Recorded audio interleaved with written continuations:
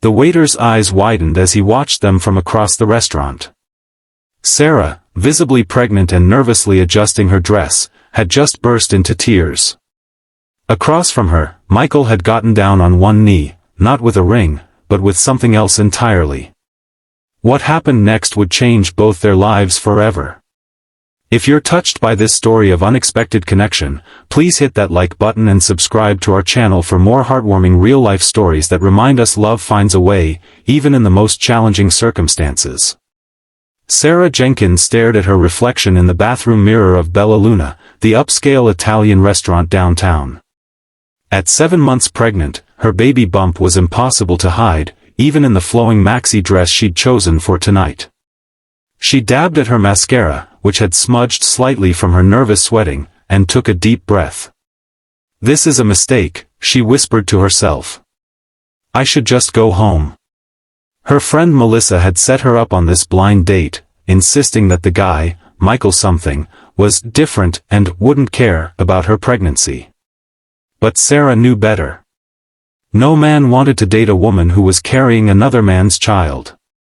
She'd learned that lesson the hard way when her boyfriend Jake had walked out 3 months ago, claiming he wasn't ready for fatherhood after initially promising to stand by her. Her phone buzzed with a text from Melissa, "Don't you dare bail. He's already there. Table by the window. Blue shirt. Give him a chance." Sarah sighed, tucking her phone away. She'd come this far. Might as well get it over with. As she approached the table, she immediately spotted him, tall with broad shoulders, dark hair neatly trimmed, and yes, wearing a blue button-down shirt. He hadn't noticed her yet, seemingly preoccupied with something on his phone. Sarah hesitated, her hand instinctively moving to her stomach. The moment he looked up and saw her condition, she'd witnessed that familiar flash of surprise, followed by awkwardness or, worse, pity. But she was tired of hiding. Tired of feeling ashamed. This baby was her future, her priority, and anyone who couldn't accept that wasn't worth her time anyway. "Michael," she said, approaching the table. He looked up, and for a split second, his eyes did indeed register surprise as they took in her pregnant form. But then something unexpected happened. His face broke into a genuine smile, warm, without a trace of discomfort. "Sarah? Hi. It's great to meet you." He stood quickly, pulling out her chair. "Please, sit down. Can I get you something to drink? Water? Juice?" "Water is fine," she said cautiously, still waiting for the other shoe to drop. As she settled into her seat, she noticed something on the table beside his phone, a small framed photograph of a toddler, a little girl with his same dark hair and bright eyes. "Is that your daughter?" Sarah asked, surprised. Michael's expression softened as he glanced at the photo. "Yes, that's Emma. She's 3. I hope you don't mind that I brought her picture. I always keep it with me." "She's beautiful," Sarah said sincerely. "Thank you." He hesitated, then added, "I'm a full-time dad." Her mother left when Emma was 6 months old. Decided parenthood wasn't for her. Sarah felt a jolt of recognition. "I'm sorry to hear that." "Don't be. Emma and I make a great team." He smiled, then gestured toward her belly. "Melissa mentioned you were expecting, but she didn't say how far along you are." 7 months, Sarah replied, bracing herself for the inevitable questions about the father. But Michael simply nodded. "How are you feeling?" "My ex had terrible heartburn in her 3rd trimester. I became an expert at midnight antacid runs." Sarah laughed despite herself. "The heartburn is brutal. But the back pain is worse. Have you tried a pregnancy pillow? I got one for my ex, and it was a game changer." As the evening progressed, Sarah found herself relaxing. Michael asked thoughtful questions about her pregnancy, her work as a graphic designer, and her plans for maternity leave. He spoke candidly about the challenges of single parenthood but also about the immense joy Emma brought to his life. Not once did he ask about her baby's father or make her feel judged for her situation. By the time dessert arrived, a tiramisu they agreed to share, Sarah realized she was actually enjoying herself. For the first time in months, she felt seen as a person, not just as a pregnant woman who'd been abandoned. "Can I ask you something?" Michael said as he scooped up the last bite of tiramisu and offered it to her. "Sure," she replied, accepting the dessert. "Why did you agree to this date?"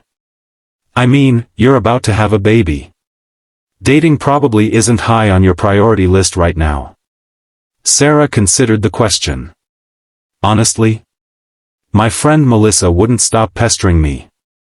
She thinks I need to get back out there before the baby comes." She shrugged. "I figured one dinner wouldn't hurt, even though I was pretty sure you'd take one look at me and make an excuse to leave early." Michael's expression turned serious. "Why would I do that?" "Because that's what happens. Men see the bump and run for the hills. Even the baby's father couldn't handle it." "Well, he's an idiot," Michael said firmly.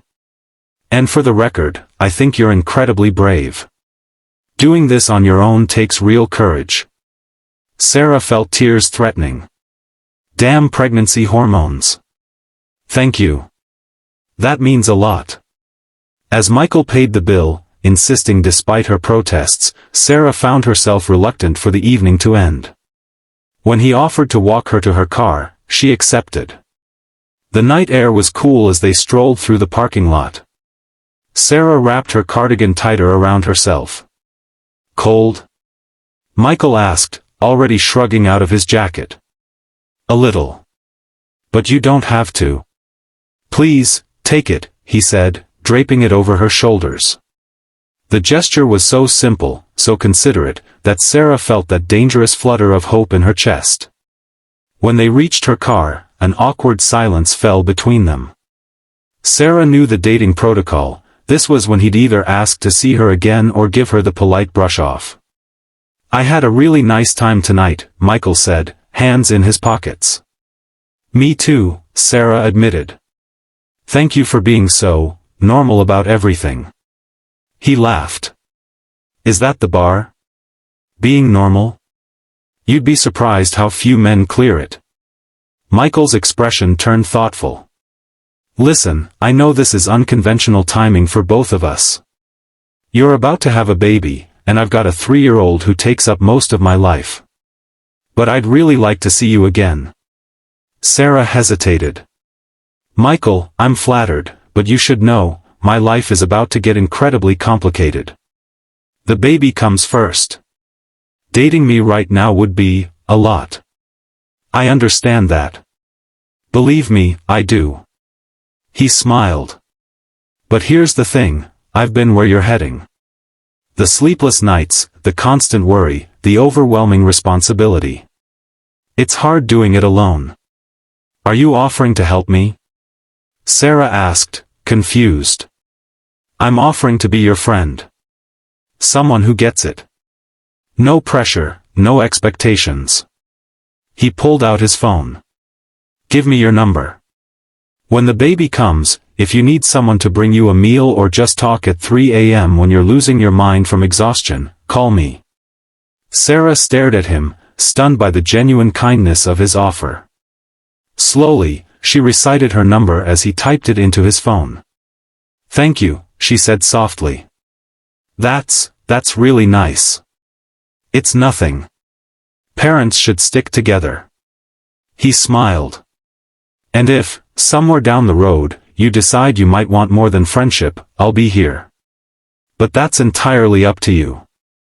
As Sarah drove home that night, she couldn't stop thinking about Michael's words. For months, she'd been preparing herself to face parenthood alone, convinced that her romantic life was over before it had really begun. But tonight had shown her a different possibility, not of rescue or dependence, but of mutual support and understanding. 2 weeks later, Sarah was organizing the nursery when her phone rang. It was Michael. "Hey," she answered, surprised. They'd texted a few times since their date, but this was his first call. "Hi," he said, sounding slightly nervous. I hope I'm not bothering you. Not at all. Just folding impossibly tiny clothes. He laughed. I remember that phase. Listen, I'm calling because... He laughed. I remember that phase. Listen, I'm calling because Emma and I are heading to the park this afternoon. It's a perfect day, and I thought, maybe you'd like to join us? No pressure. Just fresh air and ice cream. Sarah hesitated. Meeting his daughter felt like a big step. Emma's been asking about you, Michael added. I showed her your picture, and she's very excited about your tummy baby. Her words, not mine. Sarah smiled despite herself. What time? The park was bustling with weekend activity when Sarah arrived. She spotted Michael immediately, pushing a dark-haired little girl on the swings. Emma was giggling uncontrollably, her face pure joy as she soared higher. Higher, Daddy. Higher, she demanded. Any higher and you'll reach the moon, Michael replied, giving her another gentle push. Sarah approached slowly, suddenly nervous. What if Emma didn't like her? What if she resented another child entering their world? Michael spotted her and waved. Look who's here, Emma. The little girl's head swiveled, and her eyes widened when she saw Sarah. Is that the lady with the tummy baby? Yes, that's Sarah, Michael confirmed, slowing the swing. Emma scrambled off and ran straight to Sarah, stopping just short of colliding with her. She stared up with unabashed curiosity. Hi, Sarah said, smiling down at her. You must be Emma. Your dad has told me a lot about you. Emma nodded solemnly, then pointed to Sarah's stomach. Is the baby sleeping? Actually, the baby's awake right now. Would you like to feel a kick? Emma's eyes widened. Can I? Sarah nodded, taking the little girl's hand and placing it gently on the side of her belly where the baby had been most active. They waited a moment, and then... I felt it. Emma squealed, jumping back in surprise before pressing her hand eagerly against Sarah's stomach again. The baby kicked me. Michael approached, watching the interaction with a soft smile. Sorry if she's being too forward. Everything is fascinating to her these days. It's fine, Sarah assured him. It's nice, actually. Most adults are too polite to ask. The afternoon unfolded with an ease that surprised Sarah. Emma appointed herself Sarah's personal guide, showing her the best playground equipment and insisting they feed the ducks together. Michael followed at a respectful distance, occasionally catching Sarah's eye with a smile that made her heart flutter. After ice cream cones and a walk around the pond, Emma began to tire.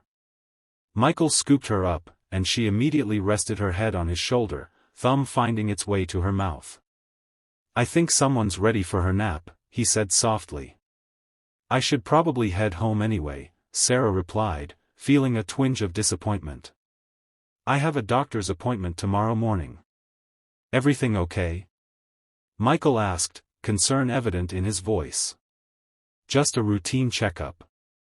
Nothing to worry about. As they walked toward the parking lot, Emma lifted her head from Michael's shoulder.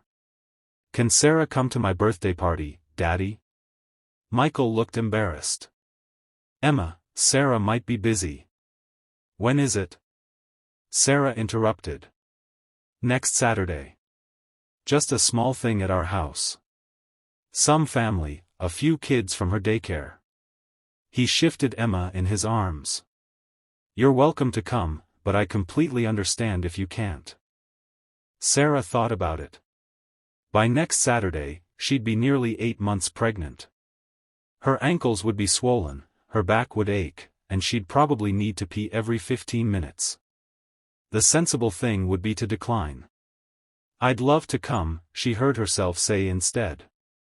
Emma cheered, suddenly wide awake. Yay! We're having a princess cake. As the weeks passed, Sarah found herself spending more and more time with Michael and Emma. They fell into an easy rhythm, Sunday afternoons at the park, weeknight dinners where Michael cooked while Sarah and Emma colored at the kitchen table, movie nights where Emma inevitably fell asleep halfway through. Sarah's due date approached, and with it came increasing anxiety. Her mother lived 3 states away and couldn't arrive until the day before the scheduled induction. Her birth plan listed Melissa as her support person, but Sarah couldn't shake the feeling that something was missing. One evening, as they sat on Michael's porch watching Emma chase fireflies in the yard, Sarah found herself voicing her fears. What if I'm terrible at this? What if I can't do it? Michael turned to her, his expression serious. You can do it. And you won't be terrible. How do you know? Because I've seen you with Emma. You're patient and kind and somehow always know the right thing to say. He reached for her hand. And because I was terrified too, when Emma's mother left. I had no idea what I was doing. But you figure it out, day by day. Sarah squeezed his hand, grateful for his reassurance. Over the past 2 months, Michael had become her closest confidant, her most steadfast supporter. And Emma, sweet, spirited Emma, had claimed a piece of her heart that Sarah hadn't even known was available. Michael, she said hesitantly, I've been thinking. But before she could continue, a sharp pain seized her abdomen. She gasped, clutching her stomach. Sarah? Michael was instantly alert. What's wrong? I don't know.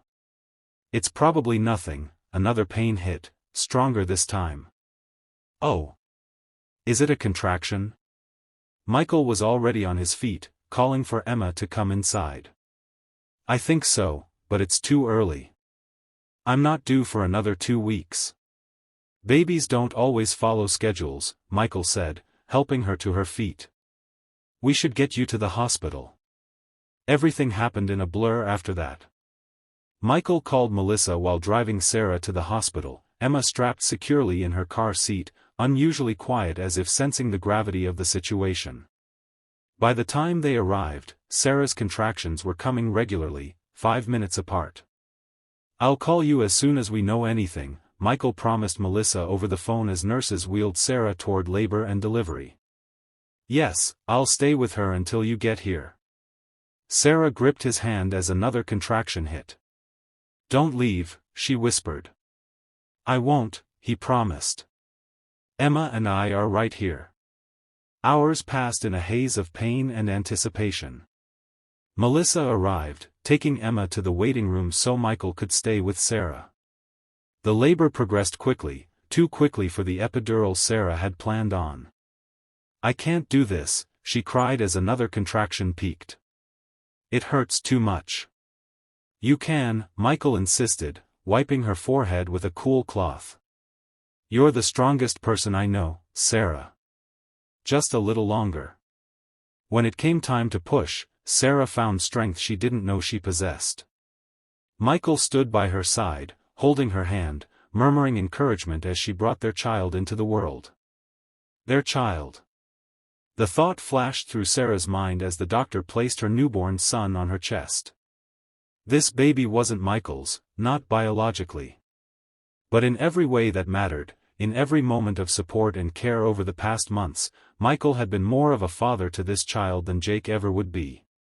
He's perfect, Michael whispered, tears in his eyes as he gazed at the tiny, red-faced infant. You did it, Sarah.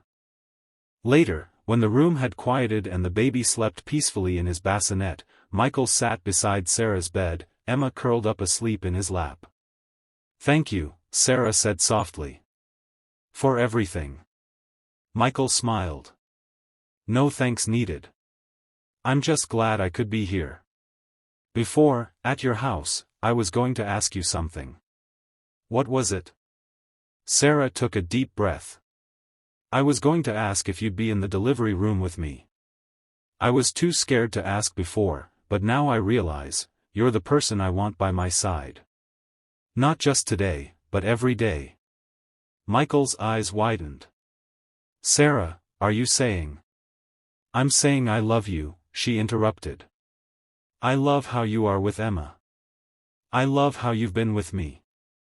And I think we could be a family. The four of us. Michael was silent for a long moment, and Sarah felt her heart sink. Had she misread everything? Then he carefully shifted Emma to the chair and knelt beside Sarah's bed. Taking her hand in his, he said, "I've been in love with you since our first date. When you walked into that